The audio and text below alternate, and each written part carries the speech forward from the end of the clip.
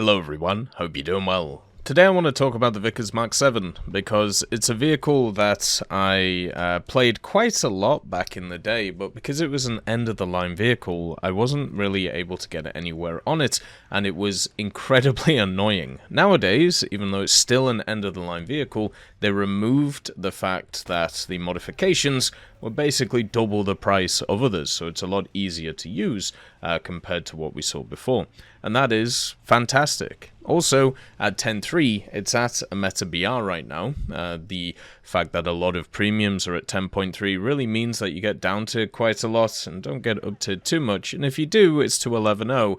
And at 11.0, you have some American vehicles, which you can deal with, and then also the Type 90, which is quite fierce, but you can deal with it too.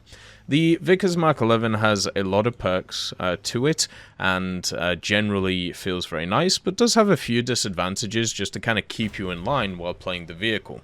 So, the first thing is this vehicle actually gets stock APFSDS. It gets the L23A1, which is a serviceable APFSDS for 10.3. It works incredibly well. And then as a rank 4 modification, you actually get the L26 round, which is incredibly good at the BR of 10.3. I've had absolutely no issues with it, going through many turrets even with stuff like Leopard 2s and just being able to annihilate them with the round, which is fantastic and really fun to use.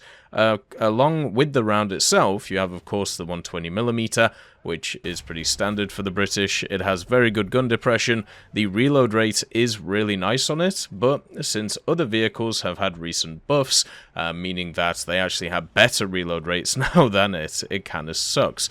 Basically, when you have a look at a lot of American machines, they now have 5-second reloads even on their 120s, but because British players are just too good, or because the tanks are just doing too well, they're not allowed that. So instead, your highest or lowest reload, I should say, is 6 seconds instead of 5, meaning that most of the time I was running around with about a 7-second reload, which is still good against most of the things that you'd fight.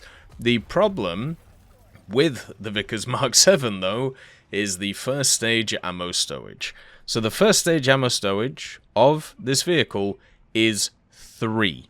You have 3 rounds in your first stage, which means that after you fire those 3 rounds, if you don't, recuperate that first stage, your reload increases by quite a lot. So you better do a lot with those 3 rounds, or you better not be in extended kind of engagements, because your reload is going to be a lot longer than most of the things that you fight. And this happened to me a lot while spading this vehicle.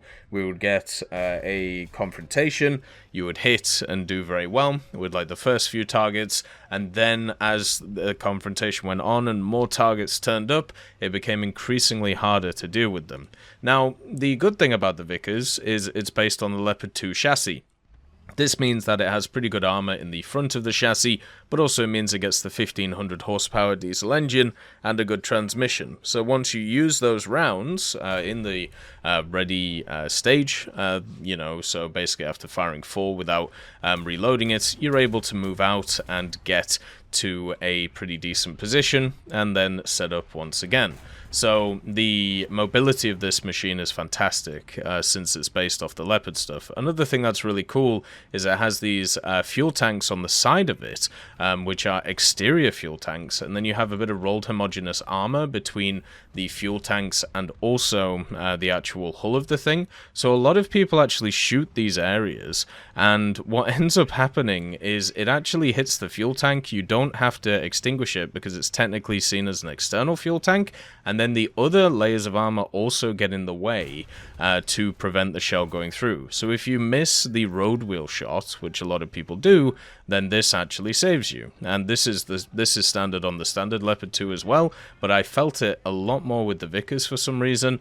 I don't know whether it was just people screwing up more shots or who I was facing, but it generally felt quite nice. Now, the place where this vehicle is different is the turret.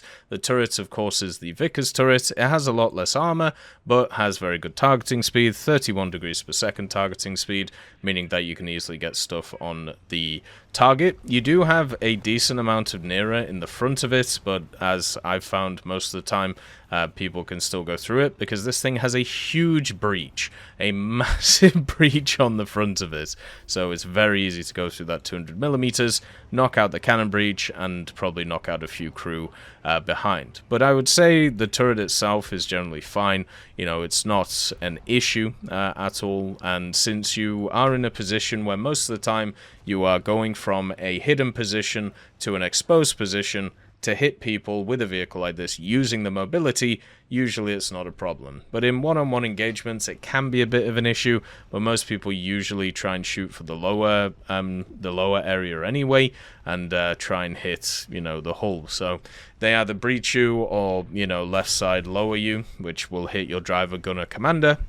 So you have to expose the other side, but by doing that, you expose your first stage ammo rack, which, you know, obviously can make you pop as well. This thing doesn't have any blowout panels, so you can get ammo racked, but most of the time, since I was hull down, that wasn't really an issue, because the only stuff that's actually in the turret in terms of ammo is the head of the 2-piece ammunition, which doesn't have explosive filler in it, at least in the game, so you don't really explode, which is quite good. It also has access to smokes, good, you know, mobility. It also has good thermals, which works well in specific situations, and the laser too.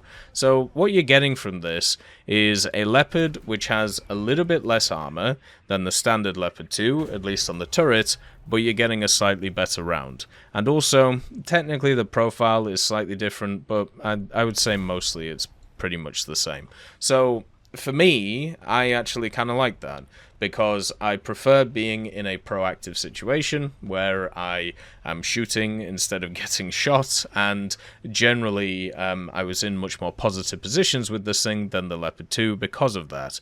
Now, the actual statistics at the end of grinding this thing are a little bit higgledy-piggledy, and the reason for that is just because, you know, it was an end-of-the-line vehicle for such a long time, and still is, but it was crazy high in mod costs. So overall, to actually spade this thing, I went 161 battles to spade it, 57% win rate, 238 ground kills, 121 deaths, and 1 air kill, which I suppose is quite nice.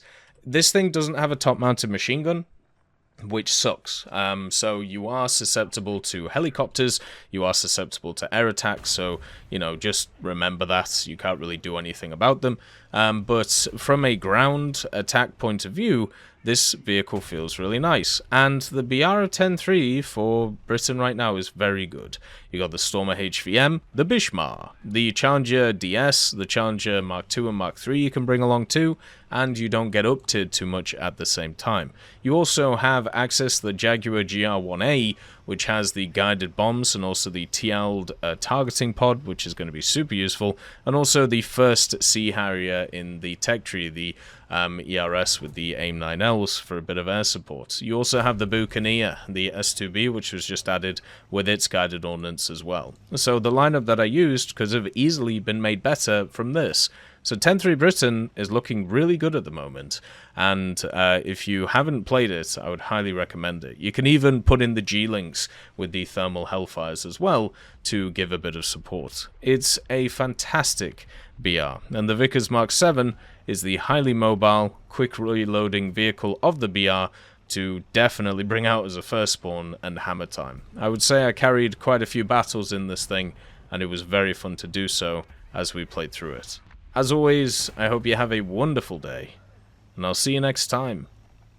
I'd just like to thank Tullio Pontecorvo, Brendan Quinn, Carrion Crow, Gus Irenicus, Pieman, Wartinder, Teddy, Daniel Stanton, Martinez, B. Young, Alan Hacker, Ozzy Panzer, Liam Shear, Opium Prime, Lafouche, Cam Arslan, Uncle Bean, and Derek R. for supporting the channel.